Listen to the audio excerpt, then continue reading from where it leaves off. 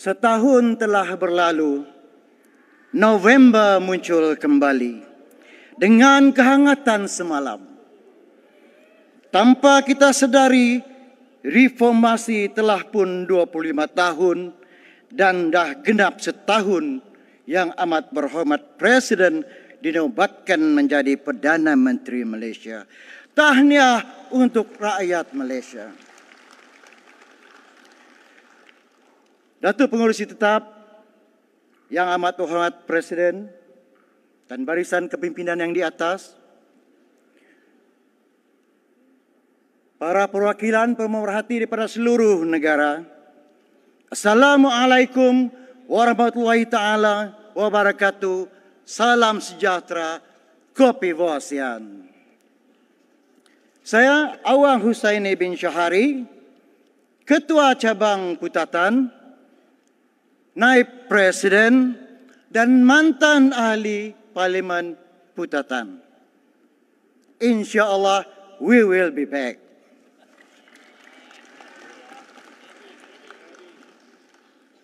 Dan juga sahabat-sahabat yang lain. Para hadirin, izinkan saya bermula dengan mengingatkan kita semua mengenai deklarasi Permatang Pau, sebagaimana yang telah diutarakan oleh Presiden kita tadi pagi. Deklarasi Permatang Pau yang telah mengunjurkan 4 teras utama. Tata kelola yang baik di dalam tadbir urus negara, pembangunan ekonomi yang kukuh, perpaduan negara, dan mendaulatkan kuasa rakyat. Tahniah telah kesemua ini telah pun diterjemahkan kepada satu istilah baru, yaitu Malaysia Madani. Amatlah molek tema yang ada pada hari ini memaknakan reformasi menggulung Madani. Kita juga mengucapkan tahniah kepada kepimpinan negara yang telah menjaga ekonomi negara sebaik mungkin, walaupun kita telah melalui berbagai-bagai rintangan sebelum kerajaan perpaduan mengambil alih kerajaan. Sebagaimana yang telah dikatakan oleh Saudara Timbalan Presiden, ekonomi negara terus tumbuh 3.3%, inflasi turun 1.9% dan juga indikator-indikator yang lain yang menjuruskan pertumbuhan yang positif. Mudah-mudahan momentum ini akan dapat dikekalkan. Mudah-mudahan momentum ini akan dapat dikekalkan selari dengan pelaburan yang terus mencurah di negara kita sebagaimana yang telah diumumkan oleh Presiden pagi tadi. Setakat ini sahaja kita telah berjaya membawa pelaburan lebih 132 bilion di negara ini. Tahniah kita ucapkan. Para hadirin sekalian, dari pagi tadi kita telah mendengar idea, lontaran pendapat daripada para perwakilan dan yang amat berhormat Presiden. Izinkan saya menyentuh dahulu mengenai pembahas yang didatangkan daripada Sabah, yaitu Antator Rasam. Saudara perwakilan daripada Sabah tadi mengatakan, kalau dahulu saya bercakap tentang 63, mungkin saya sudah mendapat masalah. Mungkin ISA dia kata. Tapi steady keagamaan, kerajaan hari ini adalah kerajaan Madani. Anda boleh bercakap, mengutarakan pendapat Anda. Anda boleh mengutarakan apa yang terbuku di hati Anda. Kerana kerajaan hari ini menjamin hak Anda di dalam perlembagaan ini. Untuk perwakilan daripada Sabah keseluruhannya, onsoi untuk Anda. Perlu saya ingatkan sahabat-sahabat di sini, seluruh rakyat Malaysia telah mengiktiraf apa yang Anda utarakan. Rakyat Sabah dan Sarawak amat rasa bersenang hati dengan hujah Anda. Tetapi saya ingin berkongsi bahawa sejak kita merdeka, Tidak pernah perjanjian Malaysia 63 ini dibuktikan untuk dilaksanakan. Setelah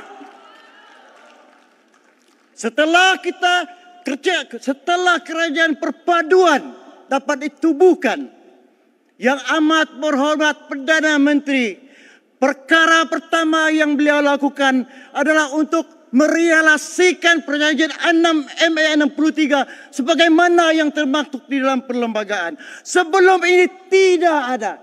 Presiden kita lah orang yang pertama. Presiden kita lah orang yang paling berani. Kerana apa? Kerana kesemua yang terbuku di sanubari beliau telah pun beliau utarakan melalui deklarasi Permatang Pau. Telah pun beliau utarakan, dibukukan melalui konsep Malaysia Madani. Keadilan, justice for all. Ya betul. Sebelum ini, sebelum tertubuhnya kerajaan perpaduan, saya pada waktu itu sebagai ahli parlimen perpaduan daripada PKR. Kesemua kami ahli parlimen daripada Sabah dengan beraninya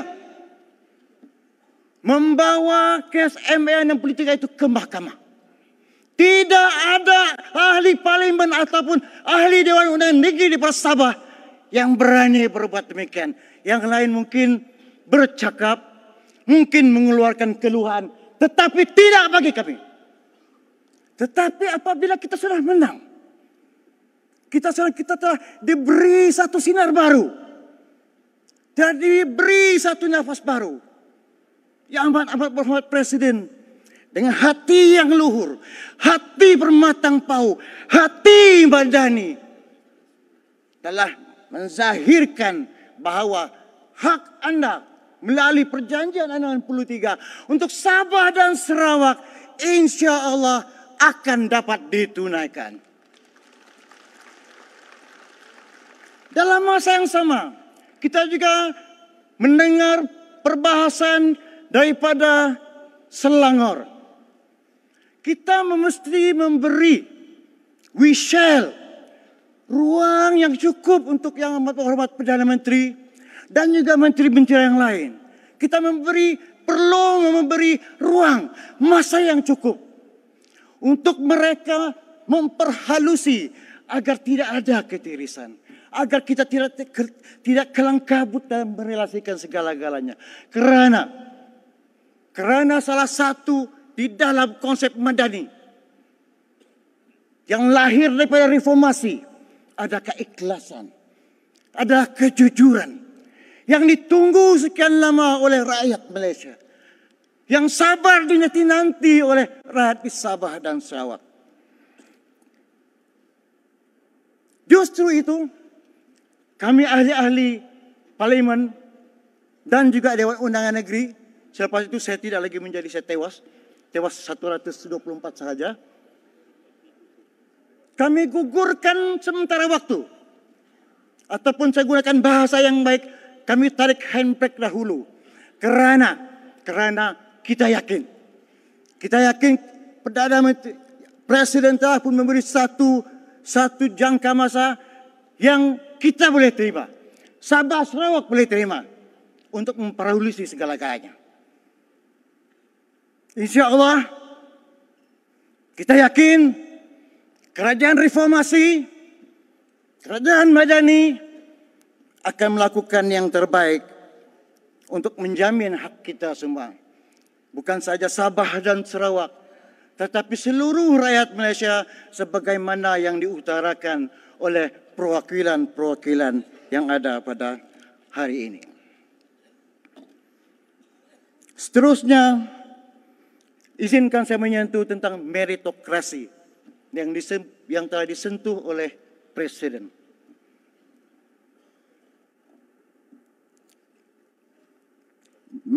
Meritokrasi, nation agree that meritocracy must be for disadvantaged minorities, provided that must be a fair, reasonable, and open to compromise. Saya berasal dari Sabah, mempunyai latar yang hampir sama dengan sahabat-sahabat daripada Sarawak. Dan saya ingin menyentuh secara spesifik di dalam pendidikan.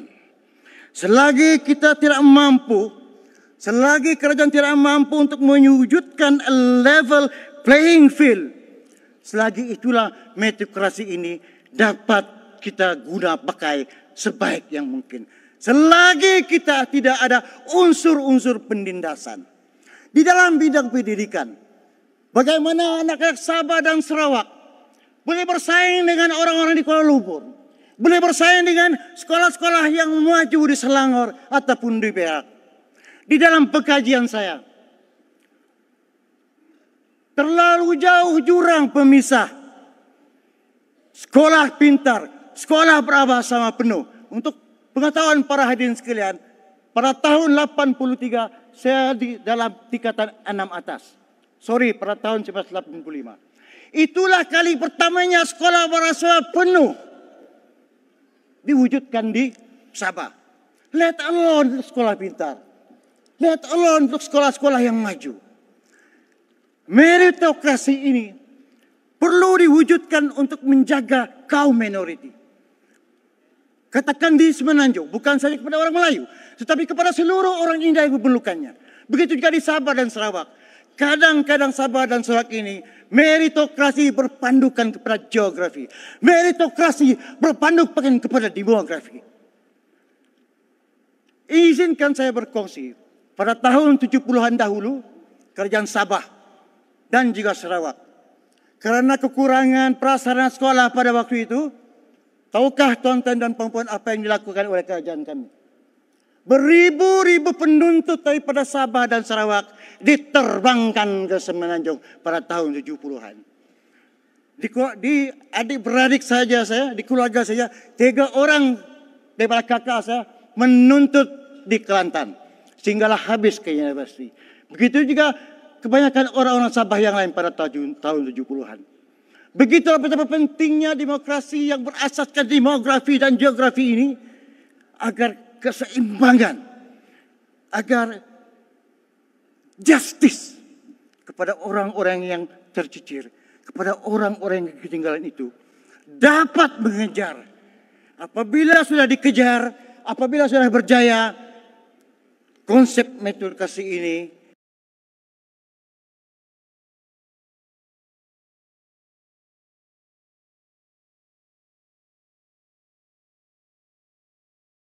mungkin tidak lagi relevan. Apakah message yang saya sampaikan di sini? Message saya sampaikan di sini adalah perbahasan tuan-tuan dan puan-puan sekalian, sama ada daripada Sabah, Sarawak, ataupun Kelantan ataupun Terengganu, perlu kesehatannya, Menteri Sainsnya, agar jurang ini tidak lagi begitu jauh. Itulah harapan anak-anak Sabah dan Sarawak dan keseluruhan rakyat Malaysia. Mohon juga menteri-menteri kita, sebagaimana yang telah diutarakan oleh perwakilan, agar terus mendekatkan diri kepada Sabah dan Sarawak. Saya di sini ingin mengambil input bukan sahaja daripada perwakilan yang ada dari Dewan ini, tetapi saya juga semasa saya duduk di atas, saya menerima banyak WhatsApp dari perwakilan yang tidak sempat bercakap, yang tidak sempat mereka sampai di pentas ini. Contohnya kepada Menteri Kesehatan. Ada seorang peguam di Kota Kinabalu WhatsApp kepada saya, seorang peguam berbangsa Cina, sahabat saya. Sahabat, tolong sampaikan kepada Menteri Kesehatan. Kenapa? Di Sabah ini, equipment untuk kardiologi cuma ada di Kota Kinabalu. Moga boleh diperhalusi request daripada insan daripada Sabah ini. Seandainya ada orang yang menghadapi penyakit jantung di Tawau ataupun di Sandakan, mereka terpaksa diterbangkan dalam sejam ataupun 2 jam untuk mendapatkan rawatan kesehatan kardiologi di Kota Kinabalu. Tambahan masa lagi 2 minit. Begitu juga dengan pendidikan. Kita ucapkan syabas kepada kerajaan. Syabas kepada Menteri Pendidikan. Menteri Pendidikan pun sedang masuk campur urusan 63 Syahbaz dengan Menteri Kesihatan tadi. Dan untuk membantu kita, untuk membantu Sabah dan Sarawak menggunakan kapasiti mereka sebagai menteri yang telah diamanahkan, kita ucapkan terima kasih. Kita ucapkan terima kasih kepada mereka. Saya sambung dengan pendidikan. Kerajaan telah memberi penumpuan dengan sekolah daif. Sabah dan Sarawak, moga pelaksanaan itu dapat dijalankan dengan begitu cepat. Kenapa? Kita tidak mampu tunggu begitu lama. Sudah 50 tahun kita di belakang. Kita mahu duduk di depan. Kita mahu duduk sama rata sebagai rakyat Malaysia. Konsep menjadi adalah menjamin kesamarataan untuk seluruh rakyat Malaysia. PIN Sabah. Sahabat daripada Sabah juga ada menyentuh tentang PIN Sabah. Jangan kita sentuh, kita akan bekerja dengan siapa? Kita akan form kerajaan dengan siapa? Yang paling penting pada tahap ini ialah kita mesti mengutamakan bahawa persediaan kita untuk menjelang pilihan raya negeri Sabah supaya kita di Sabah mampu bertentang, mampu berentap dan yakin dengan konsep yang telah disemai di dada kita. Kita minta kepimpinan yang di atas ini untuk fokus. Karena pilihan raya negeri Sabah diadakan bila-bila masa pada tahun hadapan sebagaimana yang telah digambar-gambarkan sedikit oleh Yang Amat Ketua Menteri Sabah. Jikalau seluruh rakyat Malaysia mahu menawan Putrajaya, mahu merealisasikan deklarasi, sampainya dulu deklarasi Pematang Pau, sekarang ini telah diaplikasikan di dalam bentuk madani. Sabah begitu juga ceritanya. Mereka pun tidak mau ketinggalan dalam mengaplikasikan pembangunan dimensi baru untuk Sabah melalui pilihan raya akan datang. Walau bagaimanapun, kita serahkan kepada kebijaksanaan Presiden. Kita serahkan kebijaksanaan kepimpinan tertinggi untuk buat apa yang terbaik di Sabah. Untuk merangka bagaimana kerjasama. Untuk merangka supaya kita tidak lagi terikut di belakang sahaja. Walaupun kita tidak di depan, sekurang-kurangnya kita sama dengan mereka. Karena kita pun orang Sabah dan Sarawak mempunyai ideologi baru yang kita belajar di sini. Dimensi baru yang kita dipupuk. Lawan tetap lawan ini sebenarnya bukan sekedar 1-3 suku kata. Lawan tetap lawan ini sebenarnya satu jiwa merdeka. Kebetulan disebut oleh sahabat saya ketua pemuda tadi. Lawan tetap lawan untuk mencari kebenaran. Inilah satu kemerdekaan minda kita. Diterangi oleh hati kita. Supaya kita dapat mencari jalan yang lurus. Supaya Allah yang Maha Kuasa mempermudahkan segala-galanya. Saya juga ingin menyentuh tentang perbahasan sahabat saya daripada Sarawak tentang perpaduan. Seronok saya mendengar. Selalunya saya mendengar perpaduan antara beberapa bangsa, beberapa suku kaum untuk menjaga keharmonian. Tetapi sahabat kita daripada Sarawak, dia datang dengan satu dimensi baru. Itu saya katakan saya seronok mendengar. Mengikut saya lupa nama dia, minta maaf ya. Reformasi mesti ada transformasi. Kita maukan perpaduan. Perpaduan pendidikan. Perpaduan ekonomi. Perpaduan politik.